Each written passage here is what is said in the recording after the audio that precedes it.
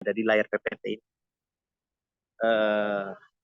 Pemeriksaan pajak secara umum ini saya bagi menjadi yang pertama ada pengertian dan tujuan pemeriksaan, yang kedua ada jenis pemeriksaan, lalu yang ketiga ada ruang lingkup pemeriksaan, yang keempat ada kriteria pemeriksaan, lalu yang kelima ada jangka waktu pemeriksaan, yang keenam ada standar pemeriksaan, yang ketujuh ada kewajiban dan kewenangan pemeriksaan, yang kedelapan ada hak dan kewajiban wajib pajak, yang terakhir adalah penyelesaian pemeriksaan.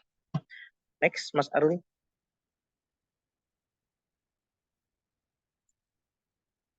Oke, pengertian dan tujuan pemeriksaan. Oke, kemarin saya juga sudah menjelaskan ya secara jelas terkait dengan apa sih pemeriksaan pajak ini, kenapa yang dinamakan jadi tax audit. Nah, di sini kan sudah jelas ya saya tulis, pemeriksaan pajak adalah merupakan tax audit yang dilakukan oleh Direktorat Jenderal Pajak yang merupakan bagian disiplin auditing.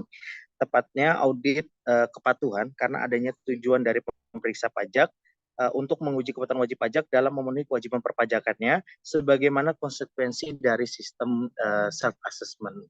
Ya, jadi memang meskipun kita mengerti sistem self assessment, jadi pada intinya tujuan pemeriksaan ini adalah untuk mengawasi kepatuhan dari masing-masing wajib pajak terkait dengan pelaporan pajaknya. Meskipun memang kita menganut sistem self assessment. Jadi memang itu perlu diawasi oleh Dirjen Pajak agar seluruh wajib pajak di Indonesia dengan tujuan bisa melaporkan pajak masing-masing dari pajak penghasilannya maupun pajak yang berkaitan dengan withholding tax secara benar dan tertib. Lalu tujuan pemeriksaan itu terbagi, next Mas Arul, silakan. Tujuan pemeriksaan seperti apa yang kemarin sudah pernah kita bahas ya 2 minggu yang lalu. Tujuan pemeriksaan kan ada dua ya, yaitu adalah menguji kepatuhan wajib pajak dan yang kedua ada tujuan lain dalam rangka melaksanakan ketentuan peraturan undang-undang. Jadi memang hanya dua ini aja ruang lingkup tujuan pemeriksaan. Next, Mas Arul. Nah, di dalam PowerPoint ini saya sudah menjelaskan secara jelas apa sih terkait dengan tujuan pemeriksaan yang masuk ke dalam kategori menguji kepatuhan wajib pajak dan juga terkait dengan adanya tujuan lain. Nah, seperti contoh menguji kepatuhan wajib pajak ya, ini memang yang biasanya sudah saya alami, sudah saya rasakan ya bersama Pak Nahrudin. Jadi ketika memang di sini adanya temuan dari para pemeriksa ya kan dari Direktorat Jenderal Pajak yang istilahnya di sini melihat menguji nih, men-challenge kita sebagai wajib pajak untuk bagaimana sih apakah memang si wajib pajak ini sudah benar untuk melaporkan laporan perpajakannya begitu. Nah, sedangkan tujuan lain, nah mungkin kalau terkait dengan pemeriksaan tujuan lain sudah dirasakan ya oleh seluruh teman-teman nih. Mungkin saya sih hemat saya karena saya juga dulu pada saat kuliah saya juga sempat berpikiran untuk membuat NPWP. Nah, jadi memang tujuan lain ini seyogyanya ya kita sebagai orang wajib pajak ya, kita sudah menjadi wajib pajak yang dimana seharusnya sudah memiliki NPWP begitu. Wah, mungkin teman-teman sebenarnya kita balik lagi ya. Wajib pajak itu adalah yang dimana dia bukan serta-merta dia belum punya penghasilan. Ya memang pada intinya wajib pajak itu dilihat dari seberapa penghasilan dia. Nah, tapi kan di dalam peraturan perpajakan di sini di mana ada namanya PTKP, penghasilan tidak kena pajak. Meskipun teman-teman di sisi lain tidak berpenghasilan di atas PTKP, seyogyanya sebagai wajib pajak itu harus tetap melaporkan penghasilannya begitu. Oke, next. Jadi intinya sudah jelas ya teman-teman. Jadi terkait dengan perbedaan tujuan lain sama ini kemarin minggu lalu sudah kita bahas ya satu persatu. Jadi nanti teman-teman tinggal baca aja apa sih yang membedakan. Jadi intinya secara garis besarnya seperti itu. Oke, next Mas Arul kita lanjut ke jenis pemeriksaan. Oke. Nah, ini juga 2 minggu yang lalu juga sudah saya bahas juga terkait dengan apa sih pemeriksaan kantor, apa sih pemeriksaan lapangan. Nah, jadi pada intinya, meskipun jenis pemeriksaan ini dibedakan menjadi dua, apabila memang terutama terkait dengan tujuan pemeriksaan masalah menguji kepatuhan wajib pajak ya. Dua item ini, jenis ini biasanya juga dilakukan gitu. Dan apalagi pemeriksaan kantor ini sudah jelas, sudah hal yang menjadi suatu saklek ya istilahnya, ketika pada saat mulai awal pemeriksaan kantor ini harus dilaksanakan karena untuk perkenalan. Nah, terkait dengan pemeriksaan lapangan, sebenarnya ada yang iya, ada yang tidak, gitu, tergantung kondisi. Tapi kebanyakan mayoritasnya memang pemeriksaan lapangan ini juga dilakukan terkait dengan pemeriksaan kepatuhan. Bahkan mungkin tambahan juga, masih belum Mas Arul, maaf. Nah, tambahan juga di tujuan lain juga tidak menutup kemungkinan adanya pemeriksaan lapangan. Seperti contohnya kita mau melakukan pengukuhan pengusaha kena pajak. Nah, tidak luput juga dari adanya pemeriksaan lapangan karena di saat itu ketika kita sebagai wajib pajak mau melakukan permohonan pemukuan kena pajak, jadi si tim pemeriksa ini harus melihat, harus memastikan apakah wajib pajak ini masih beroperasi usahanya, masih berjalankah usahanya. Nah, disitulah jadi memang pemeriksaan lapangan ini juga sangat diperlukan uh, dari pemeriksaan gitu, dari rangkaian pemeriksaan. Oke, lanjut Mas Arul. Nah, di sini ya pemeriksaan kantor sama pemeriksaan lapangan. Mungkin tidak perlu saya jelaskan ya. Jadi memang teman-teman sudah bisa langsung membaca lah pada intinya kalau pemeriksaan kantor itu ya kayak memenuhi panggilan, terus memperlihatkan buku, dokumen yang menjadi dasar pembukuan di laporan keuangan ya, terus memberi bantuan untuk kelancaran pemeriksaan, menyampaikan tanggapan secara tertulis, nah atas surat SPHP. Nah, seperti itu. Sedangkan untuk pemeriksaan lapangan, ya sebagaimana pemeriksa melihat nih, bagaimana sih perjalanan bisnis si wajib pajak itu sendiri. Next, Mas Arul. Ruang lingkup pemeriksaan. Next. Oke. Okay. Ruang lingkup pemeriksaan merupakan cakupan objek pemeriksaan yang meliputi jenis pajak, terus juga ada periode pencatatan atau pembukuan yang dilakukan oleh wajib pajak. Yang kedua, ada ruang lingkup pemeriksaan berdasarkan cakupan jenis pajak yang meliputi satu jenis pajak, beberapa jenis pajak. Yang ketiga, ada seluruh jenis pajak, all tax ya. Yang ketiga, ada ruang lingkup pemeriksaan berdasarkan cakupan periode pencatatan atau pembukuan yang dilakukan oleh wajib pajak yang meliputi satu masa pajak, beberapa masa pajak, bagian tahun pajak, atau tahun pajak, baik dalam tahun-tahun lalu maupun tahun berjalan. Oke, next, Mas Arul. Maaf, bentar Mas Arul.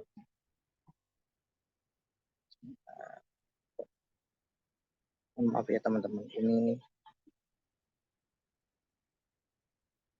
oh iya, oke lanjut ke kita ke kriteria pemeriksaan. Mungkin Mas Arul, maaf, yang sebelumnya saya mau ada pembahasan sedikit.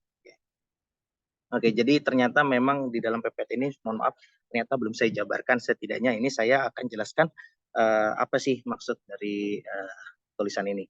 Yang pertama kan kita membahas terkait dengan ruang lingkup pemeriksaan yang merupakan cakupan objek pemeriksaan yang meliputi misalnya jenis pajak. Apa sih jenis pajak yang akan mau diperiksa? Misalkan jenis pajak PPh Badan. Terus terkait dengan kedua periode pencatatan atau pembukaan dilakukan oleh wajib pajak. Maksudkan ya untuk tahunnya berapa, tahun misalkan PPh Badan tahun 2022 atau 2023. Terus yang terkait yang kedua adalah ruang lingkup pemeriksaan berdasarkan cakupan jenis yang pajak yang meliputi satu jenis pajak. Single tax itu biasanya dia ini hanya fokus ya terhadap satu, dan biasanya ini misalkan ya kita mau mengajukan lebih bayar ya restitusi. Nah, ini biasanya satu jenis pajak karena memang hanya PPN saja yang dilakukan pemeriksaan gitu. Terus ada beberapa jenis pajak, jadi memang lebih dari satu yang jelas ya. Jadi memang biasanya kalau beberapa jenis pajak itu masuk juga ke kepatuhan si wajib pajaknya. Lalu yang ketiga itu ada seluruh jenis pajak all tax. Nah, di sini biasanya terkait dengan pemeriksaan kepatuhan wajib pajak ini menyeluruh ya teman-teman ya. Jadi memang semuanya diperiksa dalam satu periode tersebut. Jadi biasanya pemeriksa itu memberikan pemberitahuan lapangan, pemeriksa memberikan pemberitahuan pemeriksaan biasanya itu dalam satu periode tahun buku. Jadi memang 1 tahun. Jadi ketika kita mendapatkan misalkan 3 undangan pemeriksaan, nah berarti kurang lebih berarti ada 3 tahun nih yang akan dilakukan pemeriksaan atau diodol-odol lah istilahnya, kita dicek di sana sama si pemeriksa. Yang ketiga, adapun ruang lingkup pemeriksaan berdasarkan cakupan periode pencatatan pembukuan yang dilakukan oleh wajib pajak meliputi satu masa pajak yang misalkan PPh 21 di masa Desember, terus ada beberapa masa pajak, bagian tahun pajak atau tahun pajak baik dalam tahun lalu maupun tahun berjalan. Jadi sempat 2 minggu yang lalu saya juga pernah sempat bercerita ya, kenapa sih pemeriksaan pajak itu misalkan sekarang 2023 yang dibahas adalah tahun-tahun sebelumnya. Nah, jadi memang inilah yang menjadi dasar kita ya, maksudnya alasan kita, maksudnya kenapa pemeriksaan pajak ini selalu beda tahun gitu. Karena disinilah kelemahannya ya bagi wajib pajak gitu. Jadi memang di sini ada aturannya dan daluarsanya 5 tahun. Itu teman-teman perlu ingat ya terkait hal tersebut. Jadi memang tidak luput nih. Jadi kita sebagai wajib pajak meskipun misalkan kita sudah melaporkan di 2021, kita setelah udah lewat 2023 sekarang. Nah, ini kita belum daluarsa, berarti wajib pajak itu dirasa belum aman. Dan di situ dihimbau bagi wajib pajak untuk tidak menghilangkan seluruh pencatatan buku dokumen pada tahun tersebut. Gitu. Karena untuk mengantisipasi adanya pemeriksaan pajak seperti ini. Jadi kalau misalkan ini sedikit pengalaman saja. Jadi kalau misalkan saya juga pernah menangani klien yang dimana dia tidak memiliki data sama sekali, ya kan? Dia tidak memiliki pencatatan sama sekali, dia tidak istilahnya juga dari sisi laporan keuangan juga ngawur lah istilahnya. Nah, lalu orang pajak melakukan pemeriksaan karena kan sistem pemeriksaan itu kan istilahnya ada yang kocok lah ya, jadi bergilir lah di setiap KPP setempat, bergilir lah, ada gantiannya. Nah di situ kita tidak memiliki dokumen sama sekali dan wajib pajak dengan gampangnya mereka hanya melihat dari transaksi rekening koran. Nah, hanya melihat misalkan omset yang dilihat, jadi hanya dilihat dari transaksi rekening koran gitu, masuk keluarnya tidak dipertimbangkan sebagai biaya, jadi gitu. Jadi seluruhnya dianggap apa namanya, oh pokoknya yang ada di rekening koran ini sebagai jasa pemeriksaan. Nah, itu kita pernah juga kali begitu, dan kami juga sebenarnya sudah menghimbau ke wajib pajaknya juga bahwa ini ya pasti akan seenaknya aja orang pajak, karena memang itu kewenangannya gitu. Paling tidak kalau hal seperti itu disiasatinya ketika kita melakukan pembelaan di banding ya di pengadilan pajak. Di situ barulah kita ada namanya hati nurani gitu. Hak ya istilahnya kita akan berurusan ke hakim. Nah, cuman kalau misalkan tipikalnya seperti itu ya kita juga susah ya, kita juga tidak bisa menggaransi bahwa wajib pajak itu akan aman. Gitu. Oke, baik. Next teman-teman. Mas Arul, next. Next. Oke.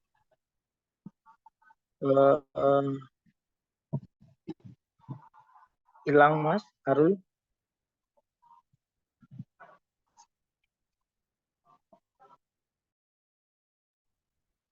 Ada Pak. PPT-nya nggak kelihatan ya teman-teman ya? Ada Pak, ada. Kelihatan Pak. Oh ada? Ada. Kriteria pemeriksaan kan? Oke. Berarti saya ingat sini aja. Siap. Saya takutnya ini. Oke, sekarang masih kelihatan ya. Di sini ada kriteria pemeriksaan itu ada dibagi menjadi 3. Kelihatan ya teman-teman ya? Terlihat Pak. Nah, udah oke, sip. Bentar ya teman-teman. Oke, kriteria pemeriksaan ini terbagi menjadi tiga ya teman-teman. Ada pemeriksaan rutin, ada pemeriksaan khusus, dan ada pemeriksaan lainnya. Nah, mari kita bahas satu-satu. Yang pertama yang kita bahas adalah pemeriksaan rutin. Pemeriksaan rutin adalah pemeriksaan yang dilakukan sehubungan dengan pemenuhan hak dan atau pelaksanaan kewajiban perpajakan wajib pajak. Adapun pemeriksaan rutin itu meliputi yang pertama, wajib pajak menyampaikan SPT PPh yang menyatakan lebih bayar restitusi. Terus yang kedua, wajib pajak menyampaikan SPT masa PPN yang menyatakan lebih bayar restitusi. Yang ketiga, wajib pajak yang menyampaikan SPT tahunan PPh atau masa PPN yang menyatakan lebih bayar yang tidak disertai dengan permohonan pengembalian kelebihan pembayaran sebagaimana dimaksud pasal 17 ayat 1 Undang-Undang KUP. Jadi pada intinya pemeriksaan rutin ini sama dengan pemeriksaan yang istilahnya penguji kepatuhan wajib pajak itu juga termasuk ya.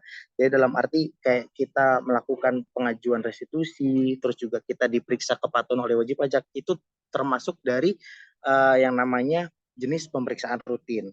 Lanjut kita ke pemeriksaan khusus. Khusus adalah pemeriksaan yang dilakukan terhadap wajib pajak yang berdasarkan analisis resiko secara manual atau secara komputerisasi menunjukkan adanya indikasi ketidakpatuhan pemenuhan kewajiban perpajakan. Ada ketentuan terkait dengan pemeriksaan khusus ada sebagai berikut. Yang pertama, pemeriksaan khusus merupakan pemeriksaan yang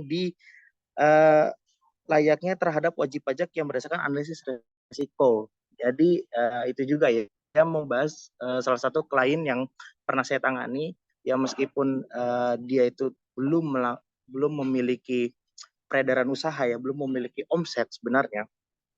Nah, dikarenakan dilihat dari rekening koran ya kan, di situ terindikasi oh transaksinya besar sekali sampai miliaran-miliaran. Masa iya perusahaan ini belum melakukan usahanya kan? Itu kan salah satu termasuk dari suatu analisis resiko ya yang dilakukan oleh Dirjen Pajak. Analisis risiko dibuat juga mendasarkan pada profil wajib pajak dan atau internal lainnya, serta memanfaatkan data eksternal baik secara manual maupun berdasarkan kriteria seleksi berbasis risiko secara komputerisasi. Nah, oke, kita lanjut ke pemeriksaan tujuan lain. Nah, kalau pemeriksaan tujuan lain itu seperti halnya yang tadi ya teman-teman ya, yang menerbitkan PWP, ya kan, melakukan pengukuhan pengusaha kena pajak dan sebagainya. Jadi memang pemeriksaan itu terkait dengan adanya tiga pemeriksaan, jenis pemeriksaan. Lalu jangka waktu pemeriksaan, ini udah pindah ya Mas Arul? Sudah Sudah. pindah? Oh sudah ya. Ya maaf, saya juga soalnya nggak bisa melihat PPT-nya. Jadi, nah lanjut, ini ada jangka waktu pemeriksaan. Jangka waktu pemeriksaan ini yang pertama jangka waktu pengujian dan jangka waktu pembahasan akhir hasil pemeriksaan dan pelaporan. Next, Mas Arul.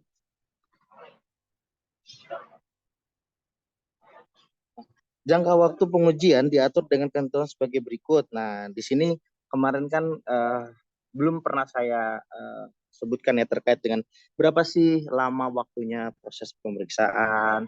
Nah, kemarin kan hanya secara verbal saja. Nah, di sini sudah saya tuliskan terkait dengan pemeriksaan kantor dulu ya. Sebenarnya salah nih antara kanan dan kiri. Pemeriksaan kantor itu jangka waktu pengujiannya paling lama 4 bulan. Nah, terus yang kedua di sini jangka waktu dihitung sejak tanggal wajib pajak wakil kuasa dari wajib pajak dapat memenuhi surat panggilan dalam rangka pemeriksaan sampai dengan surat pemberitahuan hasil SPHP-nya. Jadi begini ya teman-teman. Jadi pada intinya ketika kita sebagai wajib pajak sudah mendapatkan surat perintah pemeriksaan dari KPPS setempat, berarti mau tidak mau kita kan harus hadir. Nah, ketika kita hadir di situ, otomatis sudah terhitung tuh waktu masa pemeriksaan di kantor. Lalu terkait dengan pemeriksaan lapangan, ini jangka waktu pengujiannya adalah paling lama 6 bulan. Jangka waktu dihitung sejak surat pemberitahuan pemeriksaan lapangan disampaikan kepada wajib pajak, wakil kuasa pegawai atau anggota keluarga. Nah, jadi pada intinya ketika kita sudah mendapatkan surat perintah pemeriksaan lapangan ya dari Ditjen Pajak yang kemarin sudah sempat saya kasih unjuk kepada teman-teman. Jadi memang untuk pemeriksaan lapangan itu lamanya adalah 6 bulan. Jangka waktu pembahasan akhir, nah ada juga kan dalam pemeriksaan tuntutannya terkait dengan adanya pembahasan akhir pemeriksaan dan pelaporan diatur dengan ketentuan sebagai berikut. Jangka waktu pembahasan akhir. Jadi teman-teman, pembahasan akhir ini ada posisinya adalah ketika SPHP sudah terbit, lalu kita memberikan tanggapan SPHP. Nah, disitulah keluar namanya produk pembahasan akhir. Nah, disitulah kita sebagai wajib pajak dan tim pemeriksa yang melakukan suatu pembahasan dan itu ada durasinya 2 bulan. Jangka waktu pembahasan akhir hasil pemeriksaan dihitung sejak tanggal SPHP disampaikan. Ini maaf ya teman-teman, maksudnya sejak hasil pemeriksaan dihitung sejak tanggal tanggapan SPHP ini, mohon maaf ada yang kurang. Jadi ketika wajib pajak sudah melakukan tanggapan SPHP ya, disampaikan kepada wajib pajak, wakil kuasa pegawai atau anggota keluarga dewasa dari wajib pajak sampai dengan tanggal laporan hasil pemeriksaan. Nah, jadi begitu teman-teman. Jadi untuk pembahasan akhir ini memang tergantung dari kita ya, maksudnya bukan tergantung dari kita. Jadi nanti kan akan dikasih waktu tuh ya setelah terbit SPHP kita diberikan tanggapan SPHP. Nah di situ kan dikasih waktu 2 bulan untuk melakukan pembahasan akhir gitu. Dengan alasan tertentu jangka waktu pengujian pemeriksaan kantor dan pemeriksaan lapangan dapat diperpanjang. Nah ini teman-teman 2 minggu yang lalu kan sudah pernah saya sampaikan ya. Jadi memang meskipun ada aturannya terkait dengan jangka waktu pemeriksaan lapangan maupun kantor itu dapat diperpanjang. Diperpanjang ini bagaimana? Yang pertama, pemeriksaan kantor atau lapangan diperluas ke masa pajak bagian tahun pajak atau pajak lainnya. Yang kedua, terdapat konfirmasi. Nah, konfirmasi atau permintaan data dan atau keterangan kepada pihak ketiga. Terus yang ketiga ada ruang lingkup pemeriksaan lapangan meliputi seluruh jenis pajak. Yang keempat berdasarkan pertimbangan kepala unit pelaksana pemeriksaan. Nah, jadi memang meskipun sudah jelas ya jangka waktu pemeriksaan itu yang kantor 6 bulan, yang kantor 4 bulan dan yang pemeriksaan lapangan 6 bulan, tapi tetap bisa diperpanjang apabila dikomunikasikan. Jangka waktu pengujian pemeriksaan lapangan yang terkait dengan lanjut. Nah, ini terkait dengan tujuan lain ya. Nah, tujuan pemeriksaan tujuan lain. Ada pemeriksaan kantor juga dan ada pemeriksaan lapangan. Nah, di sini kalau tujuan lain itu lebih singkat ya. Pemeriksaan kantor ini biasanya dikasih waktu untuk 14 hari dan pemeriksaan lapangan diberikan waktu 4 bulan. Nah, lanjut kita membahas standar pemeriksaan pajak untuk menguji kepatuhan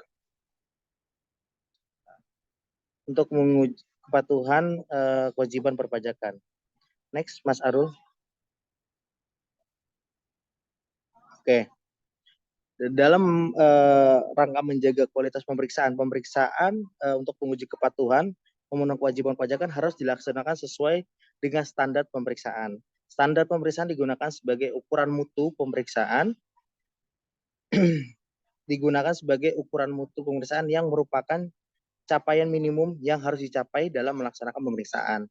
Standar pemeriksaan meliputi yang pertama, ada standar umum pemeriksaan, lalu yang kedua ada standar pelaksanaan pemeriksaan, dan yang ketiga ada standar pelaporan hasil pemeriksaan. Nah, yang pertama kita bahas adalah standar umum pemeriksaan. Standar umum pemeriksaan itu yang pertama merupakan standar yang bersifat pribadi dan berkaitan dengan persyaratan pemeriksaan pajak. Yang kedua, pemeriksaan dilaksanakan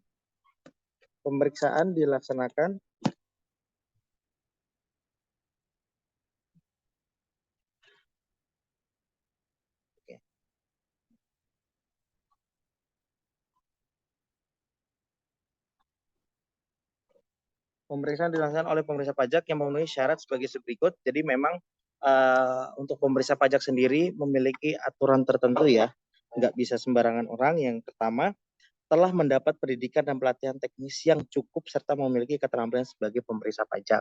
Nah, kalau terkait hal ini memang adanya aturan internal mereka ya. Jadi memang kami pun juga sebagai konsultan pajak ya tidak mengetahui ini sih standar si pemeriksa ini gimana gini. Kami juga belum mengetahui. Namun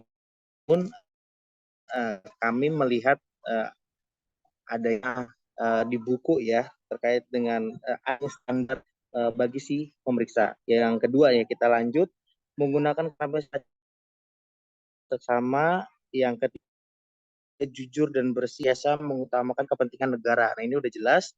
Yang keempat adalah taat terhadap berbagai ketentuan perundang-undangan di bidang perpajakan. Nah, itu sudah pasti. Lalu dalam hal diperlukan, pemeriksaan dapat dilaksanakan oleh tenaga ahli dari luar Direktorat Pajak yang ditunjuk oleh Dirjen Pajak. Nah, tenaga ahli ini sebagai contoh aja ya, bisa dipanggil oleh Dirjen Pajak itu misalkan sedang adanya dilakukan pemeriksaan pajak perusahaan asing ya yang mungkin notabene tidak bisa berbahasa Indonesia, misalkan perusahaan dari Korea. Nah, dari sinilah Dirjen Pajak itu bisa mengundang tenaga ahli lain ya, karena memang kan saya rasa memang nggak ada yang namanya di pendidikan Indonesia ini suruh belajar bahasa Korea, kan nggak ada. Jadi makanya agar pemeriksaan ini berjalan dengan lancar diperlukannya adanya tenaga ahli dari luar Dirjen Pajak ya. Terus yang kedua ada standar pelaksanaan pemeriksaan. Pelaksanaan pemeriksaan harus didahului dengan persiapan yang baik sesuai dengan tujuan pemeriksaan, yang paling sedikit meliputi kegiatan mengumpulkan dan mempelajari data wajib pajak, menyusun rencana pemeriksaan, serta mendapat pengawasan saksama. Terus yang ketiga, pemeriksaan dilaksanakan dengan melakukan pengujian berdasarkan metode dan teknik pemeriksaan sesuai dengan program pemeriksaan atau audit program. Jadi memang teknis pemeriksaan itu memang sudah disiapkan oleh pemeriksa ya. Jadi istilahnya biasanya memang di internal itu kadang saya juga beda-beda sih. Saya sebagai konsultan pajak beda-beda. Kadang ada yang pemeriksa yang istilahnya telaten dalam arti menjelaskan secara detail terkait dengan alasan mengapa dia melakukan koreksi A, ya kan? Dia jelaskan. Ada yang hanya cuman, saya hanya mengekualisasi ini aja, mengekualisasi antara PPN dengan PPh Badan. Nah, itu. Tapi memang yang saya sering temui adalah yang biasanya mereka ini didasari adanya temuan ekualisasi antara misalkan PPN dengan PPh Badan, PPh Badan dengan PPh 21. Nah, biasanya di situ. Terus yang ketiga, kita lanjut ke standar pelaksanaan pemeriksaan. Temuan hasil pemeriksaan harus didasarkan pada bukti yang kompeten, yang cukup dan berdasarkan ketentuan peraturan undang-undang perpajakan. Nah, itu udah jelas ya. Jadi memang meskipun pemeriksa ya apakah melakukan koreksi terhadap temuan-temuan yang dia lakukan, itu harus berdasarkan bukti yang kompeten gitu loh. Apakah benar ini misalkan dia mengekualisasi antara PPN dengan PPh Badan gitu kan. Dia harus dipastikan dulu apakah si wajib pajak ini sudah melakukan kebetulan atau belum gitu. Harus melihat laporan yang terupdate-nya gitu. Dan perlu diingat lagi teman-teman, ketika sudah pemeriksaan sudah tidak dapat dilakukan pembetulan SPT. Oke, lanjut. Tim pemeriksa pajak dapat dibantu oleh seorang atau lebih memiliki keahlian tertentu. Nah, ini yang seperti di poin standar umum pemeriksaan yang sudah dibahas ya. Apabila diperlukan pemeriksaan untuk menguji kepatuhan pemenuhan kewajiban pajakan dapat dilakukan secara bersama-sama dengan tim pemeriksa dan instansi lain. Nah, terus yang ketujuh, pemeriksa dapat dilaksanakan di kantor Dirjen Pajak, tempat tinggal atau kedudukannya. Nah, ini masuk dalam ini ya, kemarin jenis pemeriksaan lapangan maupun pemeriksaan kantor. Lalu yang kedelapan, pemeriksaan dilaksanakan pada jam kerja dan apabila diperlukan dapat dilanjutkan di luar jam kerja. Gitu. Jadi apa namanya terkait dengan di luar jam kerja, ini sebenarnya kami pernah ya sebagai wajib pajak, maksudnya di luar jam kerja kita konsultasi, itu saya pun juga pernah ketemu di bandara, itu memang tidak disalahkan gitu. Ketika kita sebagai konsultan pajak disalahkan ketika kita memberi gratifikasi. Nah, itu sudah salah.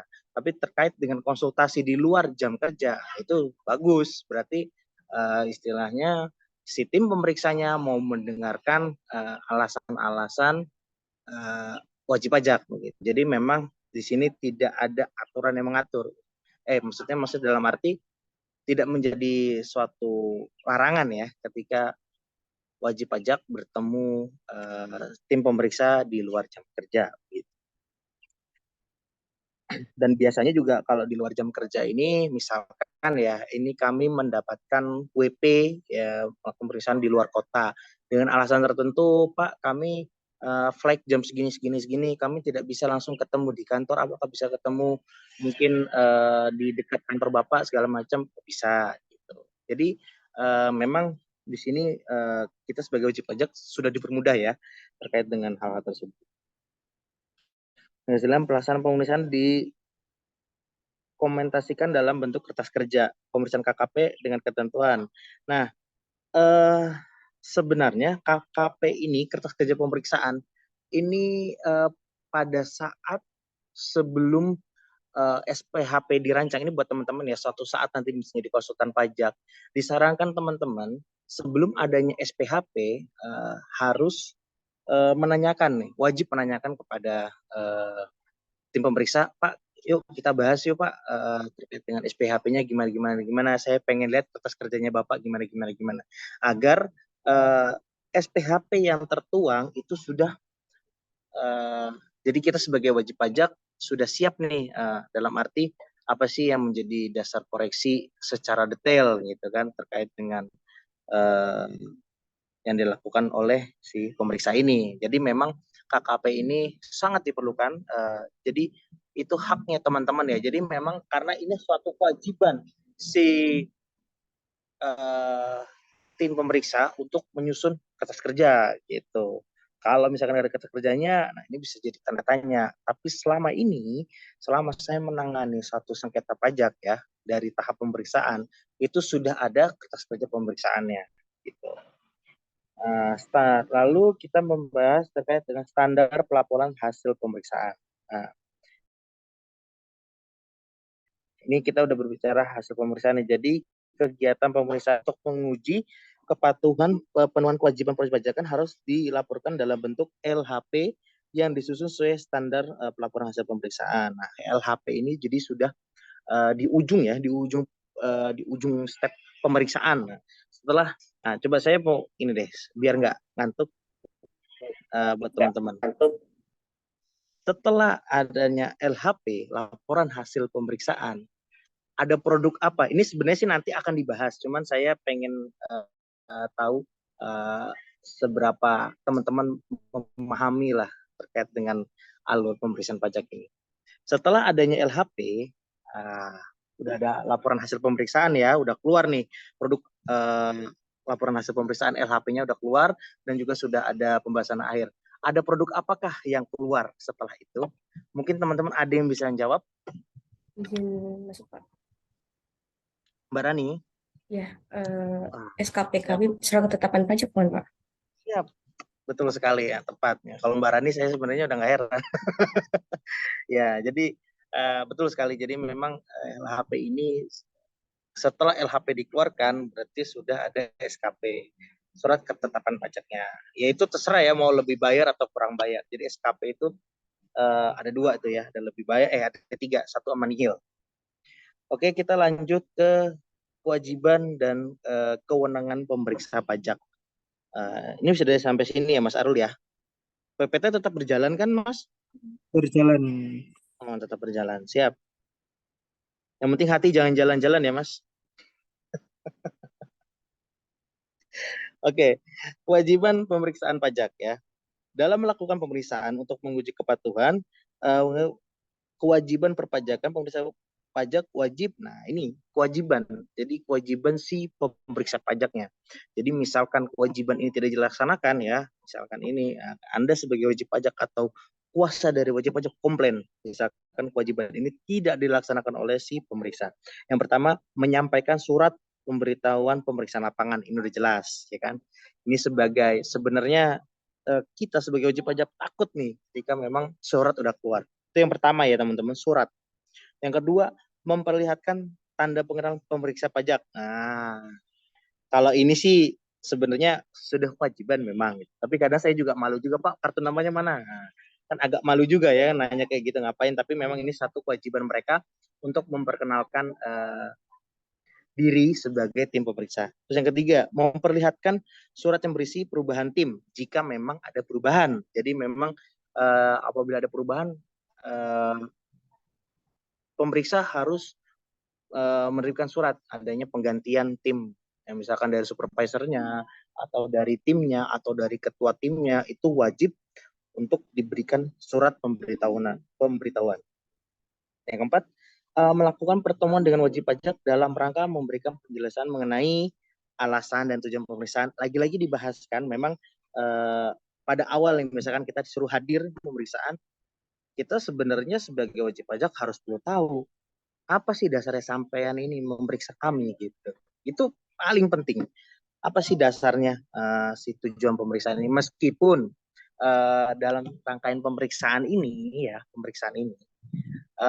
koreksi itu akan timbul setelah si wajib pajak menyerahkan seluruh dokumen-dokumennya. Nah, ini baru nih ada timbul koreksi 1, 2, 3, 4 koreksi semua. Nah, terus lanjut ada hak dan kewajiban wajib pajak setelah pemeriksaan.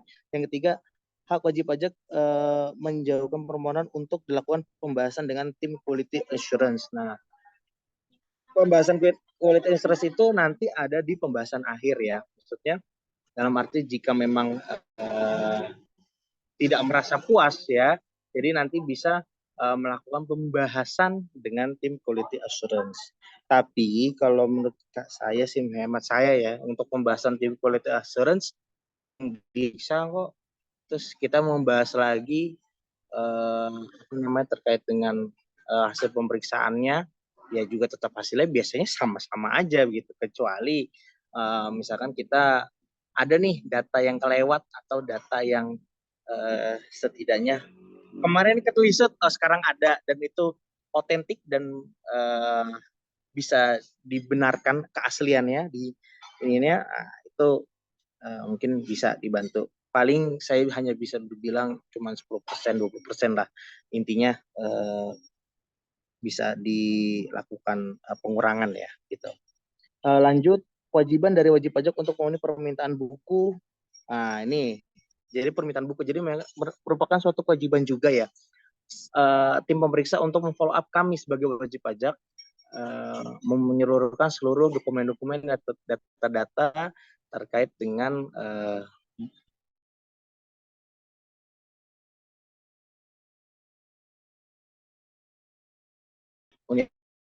yang menjadikan dasar pemeriksaan tersebut. Yang kelima ya, wajib pajak. Nah, ini teman-teman.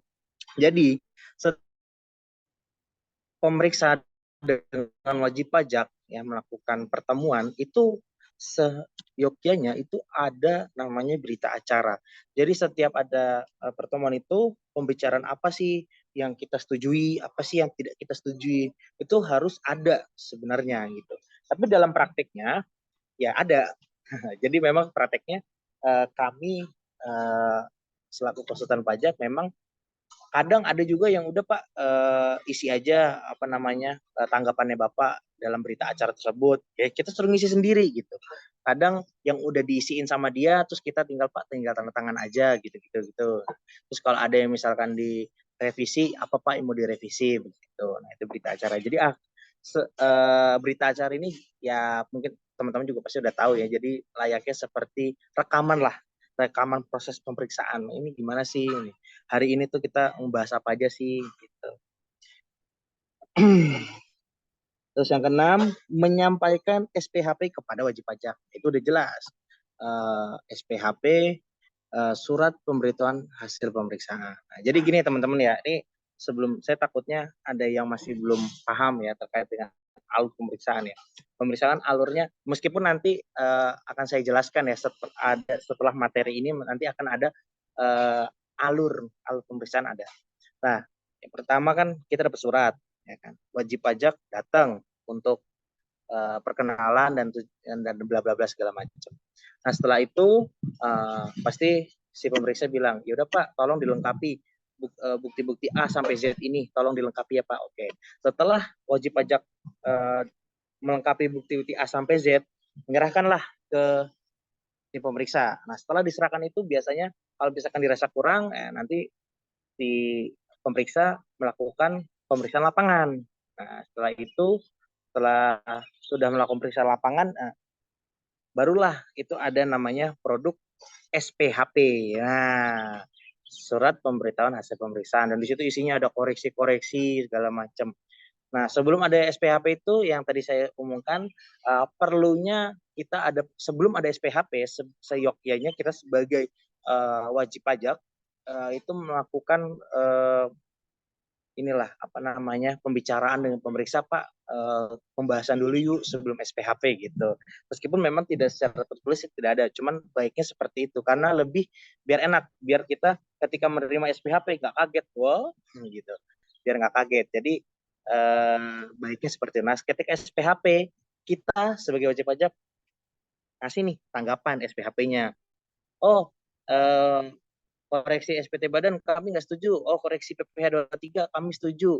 Koreksi PPN kami setuju. Nah, adanya di dalam tanggapan tersebut yang setuju itu harus dibayar setelah SKP keluar ya, surat ketetapan pajaknya keluar. Dan untuk yang tidak setuju, nah itu bisa dibayar juga dan juga bisa dilanjutkan ke langkah selanjutnya, yaitu keberatan. Nah, seperti itu ya. Jadi sudah sampai di situ, sudah kita melakukan tanggapan SPHP, keluarlah produk itu laporan hasil pemeriksaan. Nah, disitulah total LHP keluar dan adanya LHP biasanya bersamaan dengan ikhtisar pembahasan akhir. Nah, biasanya tuh barengan. Lalu setelah itu seperti apa yang dikatakan Mbak Mbak Rani tadi, keluarlah surat ketetapan pajak. Nah, jadi gitu teman-teman ya. Jadi harus dimengerti nih, apa ini LHP, apa ini SPHP, apa ini SKP. Nah, jadi begitu ya teman-teman. Nah, lanjut. Oh ya, untuk yang ke-8 ya, menyampaikan kuesioner pemeriksaan kepada wajib pajak. Ini kalau ini sih saya sebenarnya jarang ya, jarang mendapati terkait dengan adanya kuesioner ya kan, kuesioner kayak kita sebagai mahasiswa, dulu juga saya sebagai mahasiswa ya kan, setelah adanya yudisium ya kita melakukan dikasih kuesioner. Nah kalau ini saya jarang sih terkait dengan kuesioner, saya jarang ketemu begitu loh, dan menurut saya juga hal tersebut tidak terlalu krusial ya, tidak terlalu penting banget. Yang terpenting bagi kami posisi wajib pajak adalah ketika memang koreksi yang dilakukan oleh pemeriksa ya, yang menyebabkan kurang bayar itu yang istilahnya krusial bagi kami.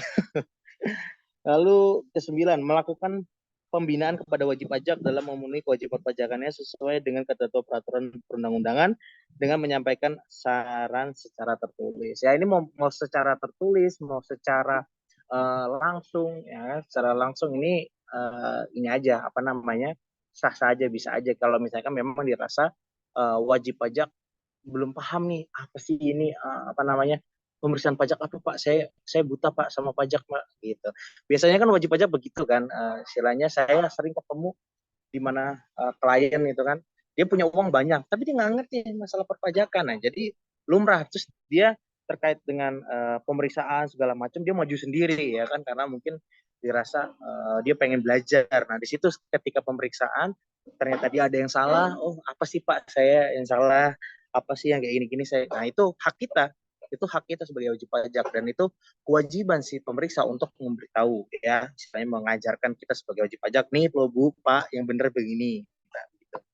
Terus ke-10, mengembalikan buku. Nah ini kok juga mengembalikan dokumen, buku-buku catatan kita yang sudah kita kasih ke pemeriksa itu wajib dikembalikan wajib pajak ya. Jadi memang siapa tahu dokumen-dokumen tersebut kan mau dipakai untuk penyelesaian sengketa selanjutnya, misalnya ke keberatan, ke banding maupun ke peninjauan kembali. Gitu. Oke, lanjut kita ke kewenangan pemeriksaan pajak ya. Saya rasa sih kayaknya untuk masalah ini bisa langsung dibaca ya, baca sendiri aja sama teman-teman. Kita langsung ke penghujung acara ya. Mas Arul, kita langsung ke penyelesaian pemeriksaan, Mas. Maaf.